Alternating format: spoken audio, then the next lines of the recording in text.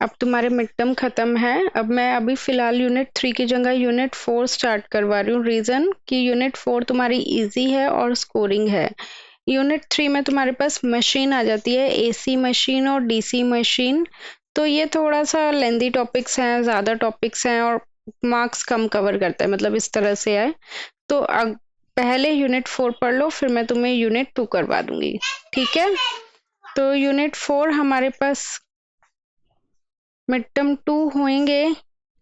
Last time नहीं हुए थे, कुछ मतलब जल्दी जल्दी का सीन हो गया था। हाँ, इस बार होंगे, चांसेस है कि होंगे। लास्ट टाइम यूनिवर्सिटी ने कैंसिल कर दिया था क्योंकि टाइम बहुत कम बचा था, ठीक है। अब किसी कॉलेज में क्या लगता है, एवरेज लगता है मिड टर्म, मतलब दोनों के मिड टर्म का किसी में बेस्ट लगता है, तो वो डिपेंड करता है। ओके, तो अभी फिलहाल मैं ट्रांसफॉर्मर स्टार्ट करवा रही हूँ। तुम बताओ तुम्हारे अकॉर्डिंग क्या होता है ट्रांसफॉर्मर? हम्म, बताओ। देखो, ये तो तुम्हें पता है कि ट्रांसफॉर्मर हमारा क्या काम करता है, वो वोल्टेज को अप करता है या फिर वोल्टेज को डाउन करता है, इंक्रीज करता है या डिक्रीज करता है। बट उसके लिए हमारे पास एक कंडीशन होती है, that is without change in frequency. Okay, अब बात आती है कि भाई हमें ट्रांसफॉर्मर की जरूरत ही क्यों पड़ेगी, कहाँ तो हमें वोल्टेज बढ़ानी पड़ रही है और कहाँ हमें वोल्टेज कम करनी पड़ रही है। तो टेक्निकल रीजन देखो, इसमें हमारे पास जो भी इंडिया में इलेक्ट्रिसिटी जनरेट होती है वो कितने वोल्टेज पे होती है, या तो 11 किलो वोल्ट पे या फिर 33 किलो वोल्ट पे, ठीक है। 11 किलो वोल्ट पे होती है या फिर 33 किलो वोल्ट पे होती है। इंडिया में सपोज पंजाब है, पंजाब में क्या है, भाखड़ा नंगल डैम है। भाखड़ा नंगल डैम में इलेक्ट्रिसिटी जनरेट हो रही है, राइट। तो इलेक्ट्रिसिटी जनरेट हो रही है 11 किलो वोल्ट पे। और पंजाब से वो इलेक्ट्रिसिटी मान लो कहाँ पे आनी है, हरियाणा में आनी है, तो वो लॉन्ग डिस्टेंस हो गया। तो अगर तुम 11 किलो वोल्ट पे वोल्टेज इलेक्ट्रिसिटी भेजोगे तो वो बहुत ही कम है। उससे क्या होंगे, हमारे लॉसेस बहुत ही ज्यादा हो जाएंगे। वो कैसे, देखो टेक्निकल रीजन देखो, लॉसेस का हमारे पास क्या फॉर्मूला होता है, आई स्क्वायर आर होता है।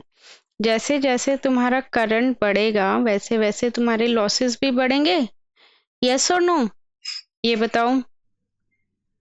हम्म, अब तुम्हारे पास पावर का क्या फॉर्मूला होता है,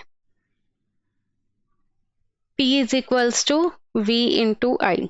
अब अगर मेरे पास वोल्टेज कम है और पावर कांस्टेंट है, तो उस केस में करंट क्या होगा, बढ़ेगा या घटेगा? हम्म, बढ़ेगा ना। करंट क्या होगा, इंक्रीज होगा।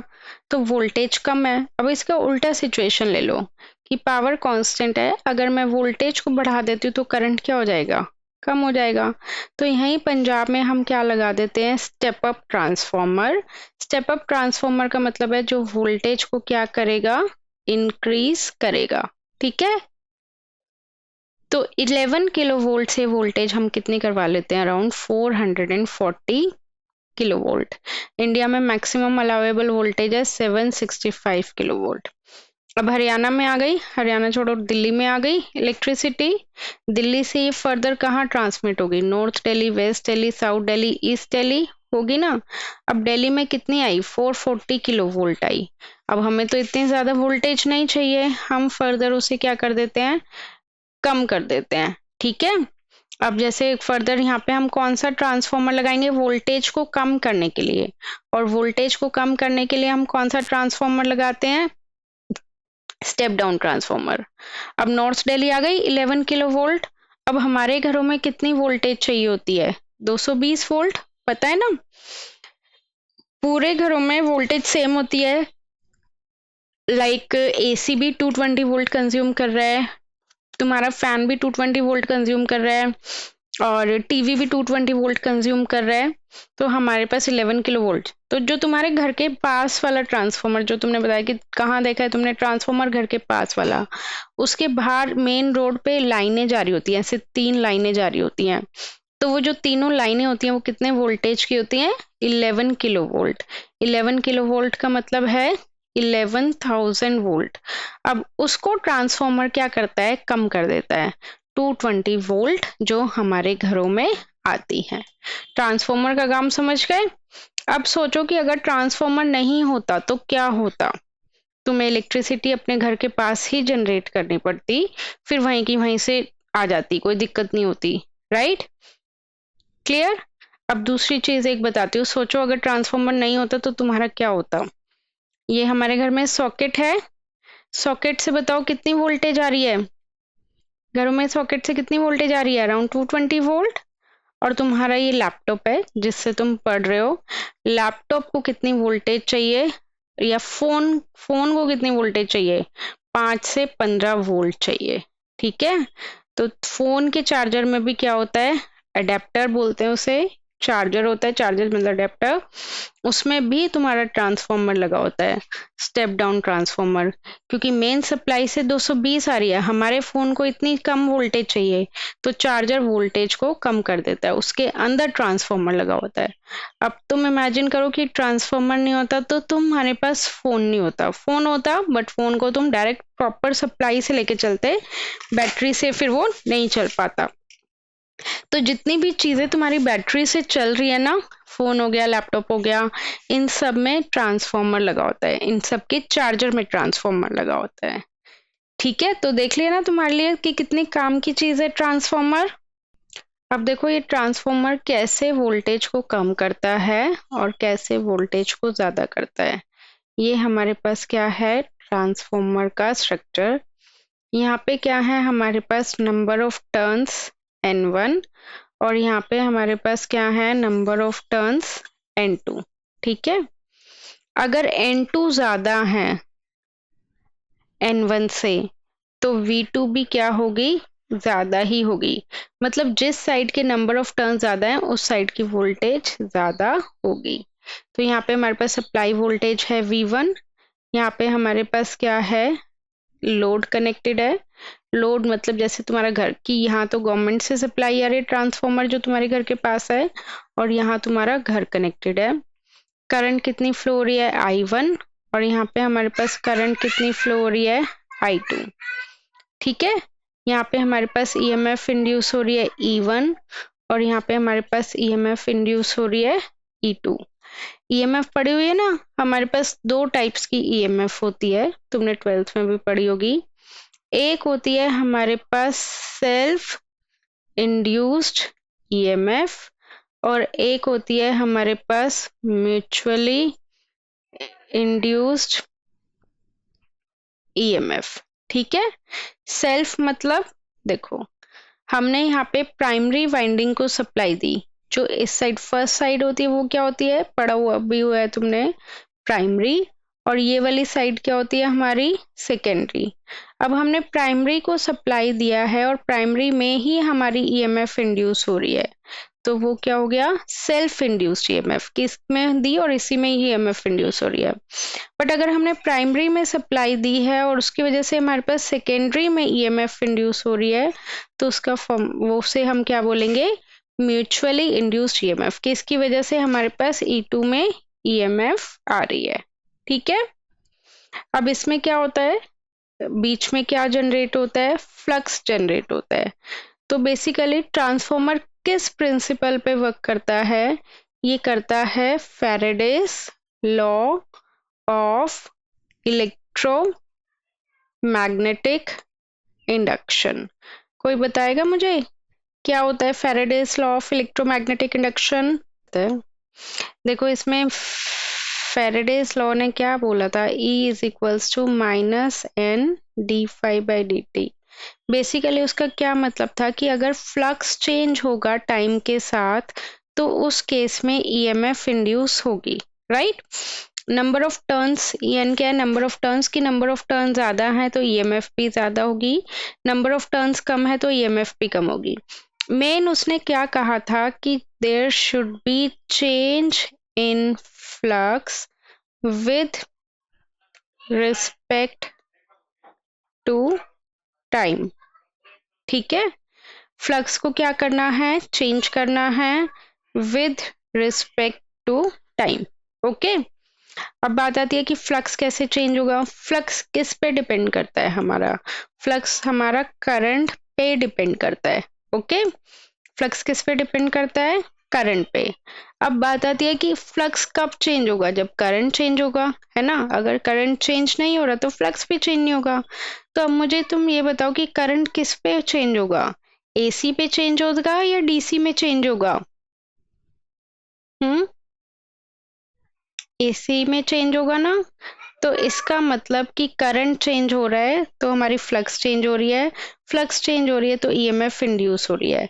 That's why we always say कि transformer never works on DC. Transformer हमेशा क्या करता है? It always works on AC.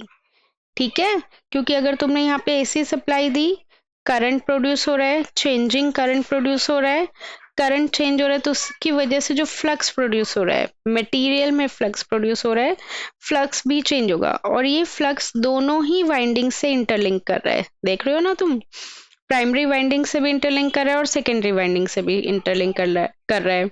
तो फेरेडे ने क्या बोला था कि जैसे ही फ्लक्स चेंज होगा टाइम के साथ वैसे ही तुम्हारी ईएमएफ इंड्यूस हो जाएगी। प्राइमरी में हो रही है तो E1 हो रही है, that is known as self induced EMF. Secondary में हो रही है तो E2 हो रही है, that is known as mutually induced EMF. Right. तो दो टाइप्स की ईएमएफ है और ये किस पे वर्क कर रहा है? Faraday's law of electromagnetic induction. Clear है? अब देखो, तुम्हें पता होना चाहिए कि तुम्हारी अगर ईएमएफ इंड्यूस हो रही है तो किन किन फैक्टर्स पे डिपेंड कर रही है। तो next is EMF equation of transformer. ठीक है, ईएमएफ इक्वेशन में क्या है? EMF equation E2 is equals to 4.44 N2F5M। कभी कभार इसकी डेरिवेशन भी पूछ लेते हैं कि ये कहाँ से आया है, कि derive EMF equation of transformer. तो ये है E2 तुम्हें पता है नंबर ऑफ ईएमएफ इंड्यूस है, N2 तुम्हें पता है कि ये क्या है? Number of turns in secondary winding. मतलब कि यहाँ पे जो तुम्हारी ईएमएफ इंड्यूस हो रही है वो किन किन फैक्टर्स पे डिपेंड कर रही है? एक तो नंबर ऑफ टर्न्स पे डिपेंड कर रही है, मैंने बताया था नंबर ऑफ टर्न्स ज्यादा होंगे तो ईएमएफ भी ज्यादा होगी, नंबर ऑफ टर्न्स कम होंगे तो ईएमएफ भी क्या होगी? कम होगी। दूसरा किस पे डिपेंड कर रही है? फ्रीक्वेंसी पे। ये भी देखो, अब मैंने तुम्हें ये भी बताया कि डीसी के केस में फ्रीक्वेंसी कितनी होती है या फिर एसी के केस में फ्रीक्वेंसी कितनी होती है, पता है? हम्म, एसी के केस में जैसे जो हमारे घरों में सप्लाई आती है वो एसी पे आती है और इंडिया में फ्रीक्वेंसी होती है 50 हर्ट्स, यूएस वगैरह में फ्रीक्वेंसी होती है 60 हर्ट्स। अब डीसी के केस में फ्रीक्वेंसी कितनी होती है वो तुम बताओ। तो डीसी के केस में फ्रीक्वेंसी 0 है, तो मैंने बोला था ना ट्रांसफॉर्मर कभी भी डीसी पे वर्क नहीं करता। फ्रीक्वेंसी 0 हो गई तो ईएमएफ भी क्या हो गई? 0 ही हो गई। राइट। अब ये क्या है नेक्स्ट? 5M, मतलब ये मैक्सिमम फ्लक्स पे डिपेंड करता है।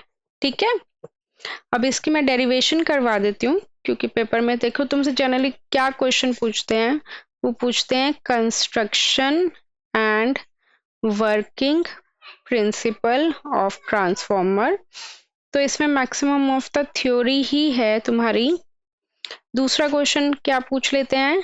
Derive EMF equation of transformer, short में ट्रांसफॉर्मर का वैसे लिखते हैं, और इसके बाद इस पे बेस्ड वो क्या दे देते हैं? न्यूमेरिकल दे देते हैं। ये क्वेश्चन लिख लो। तो अब मैं तुम्हें करवा रही हूँ ईएमएफ इक्वेशन। तुम्हें स्टैंडर्ड इक्वेशन पता है, पढ़ी थी ना तुमने standard equation? V is equals to V max sine of omega T plus five. इस पे बेस्ड तुम्हारा न्यूमेरिकल भी आया हुआ है, मिड टर्म में अभी आया हुआ है ना। तो इसी तरह हमारे पास फ्लक्स की क्या स्टैंडर्ड इक्वेशन होती है? Phi is equal to 5M sine of omega T plus five. Okay, तो हमारे पास फॉर्मूला क्या होता है? E is equals to minus N D five by D T होता है ना ये फॉर्मूला।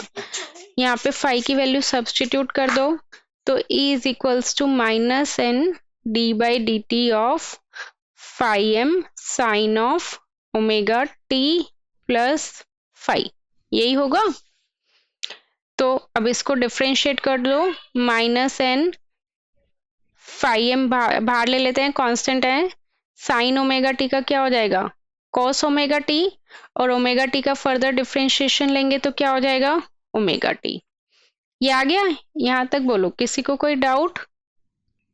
अब देखो इसको हमें स्टैंडर्ड इक्वेशन से कंपेयर करना है। स्टैंडर्ड इक्वेशन क्या होगी, E is equal to E max sine of omega T plus phi. तो E की जगह E है, कॉस है, और यहाँ हमें क्या चाहिए साइन, तो कॉस को हम फिर से साइन में कन्वर्ट कर देते हैं। तो E is equals to minus N phi M omega, तो ऐड करना पड़ता है, पता है ना। कॉस को अगर मुझे साइन में कन्वर्ट करना है तो हम क्या करेंगे, प्लस 90 डिग्री। तो यहाँ पे sine of omega T plus 90, ये साइन में अंदर लेके जा रही हूँ माइनस वाला, तो ये बेसिकली क्या हो जाएगा 90 माइनस ओमेगा टी। तो इसका कोई रोल भी नहीं है, तुम्हें इसमें इतना ज्यादा फोकस नहीं करना।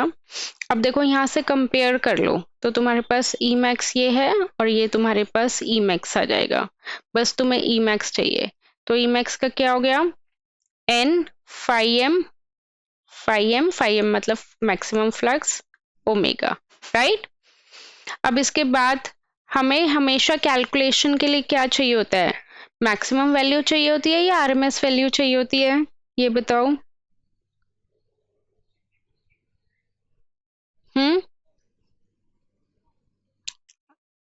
आरएमएस वैल्यू चाहिए होती है ना। तो हमारे पास एक रिलेशनशिप होता है, याद है आरएमएस और मैक्सिमम के बीच का, अभी अभी पढ़ा है, E RMS is equals to E max by root two. तो मैं दोनों इक्वेशन को रूट टू से डिवाइड कर देती हूँ, तो मेरे पास ये ई आरएमएस आ जाएगा। So that would be N phi M omega by root two. तो ओमेगा की वैल्यू डाल दो, 2 पाई एफ है तो एफ डाल दो। इसको पूरा सॉल्व करेंगे, 2 पाई बाई रूट टू को सॉल्व करेंगे तो हमारे पास ई आर एम एस कितना आ जाएगा 2 पाई बाई रूट टू, और यहाँ पे क्या बचा, एन बचा, फाई एम बचा और एफ बचा, एन फाई एम एफ। तो ये कितना हो जाएगा, E R M S is equals to 2 pi by root two को सॉल्व करके तो 4.44 एन एफ फाई एम। ठीक है, ये तुम्हारा आ गई, डेरिवेशन हो गई, यही बताई थी मैंने। अब E2 है तो वो किस पे डिपेंड करेगी, नंबर ऑफ टर्न्स N2 पे, और अगर E1 है तो वो किस पे डिपेंड करेगी, नंबर ऑफ टर्न्स N1 पे। ये तुम्हारे पास दो फॉर्मूले आ गए, यहाँ तक देखो एक बार। अब इन दोनों को हम डिवाइड कर रहे हैं, 4.44 से 44 कट गया, फ्रीक्वेंसी से फ्रीक्वेंसी कट गई, तो यहाँ से हमारे पास एक नया फॉर्मूला जनरेट हो जाता है, that is E2 by E1 would be equal to N2 by N1, right. N2 by N1 कितना हो जाएगा, V2 बाई V1, मतलब E2 बाई E1 है तो V2 बाई V1, और तुम्हें मैंने बताया था कि करंट उल्टा होता है, वोल्टेज से उल्टा होता है, तो I1 by I2 is equals to K। Current क्यों उल्टा होता है, P is equals to VI formula है, पावर कांस्टेंट है, वोल्टेज को बढ़ाओगे तो करंट कम होगी या वाइस वर्सा, राइट। तो यहाँ से तुम्हारे पास एक नया फॉर्मूला आ जाता है, that is based on transformation ratio. इस पे बेस्ड पेपर में तुम्हारे न्यूमेरिकल्स आते हैं, so write it down this formula, write it down this EMF formula. और एक और फॉर्मूला होता है, phi M would be equal to B M multiplied by A, where phi M is the maximum flux, A is the area, BM is the maximum flux density। ठीक है, ये ध्यान रखना, फाई एम मैक्सिमम फ्लक्स है, BM maximum flux density है, और A क्या है, एरिया है। इसकी यूनिट क्या होती है, मीटर स्क्वायर, इसकी यूनिट क्या होती है, फाई एम फ्लक्स की वेबर। तो मैक्सिमम फ्लक्स डेंसिटी की यूनिट क्या हो गई, that is weber per metre square, और 1 weber per metre square is equals to 1 tesla. ठीक है, E1 is equals to 4.44 N1 F5M, यही फॉर्मूला होता है। E1 पता है, V1 कितना है 230 वोल्ट, N1 भी पता है 30, फ्रीक्वेंसी भी पता है, तो यहाँ से क्या हमारे पास 5M आ जाएगा। 5M का क्या फॉर्मूला होता है, 5M is equals to BM into A. 5M पता है, ए पता है, BM आ जाएगा। करो निकालो 5M की क्या वैल्यू आ रही है। कोई बात नहीं, 1.36 भी ठीक है और 1.38 भी ठीक है। अब इसमें तुम्हारे पास I1 की वैल्यू निकालनी है, तो ये फॉर्मूला यूज कर लो तुम। N2 by N1 would be equals to I1 by I2। N2 पता है, N1 पता है, I2 पता है, I1 आ जाएगा। इजी है ना। इस टाइप के क्वेश्चन पेपर में आते हैं, ठीक है।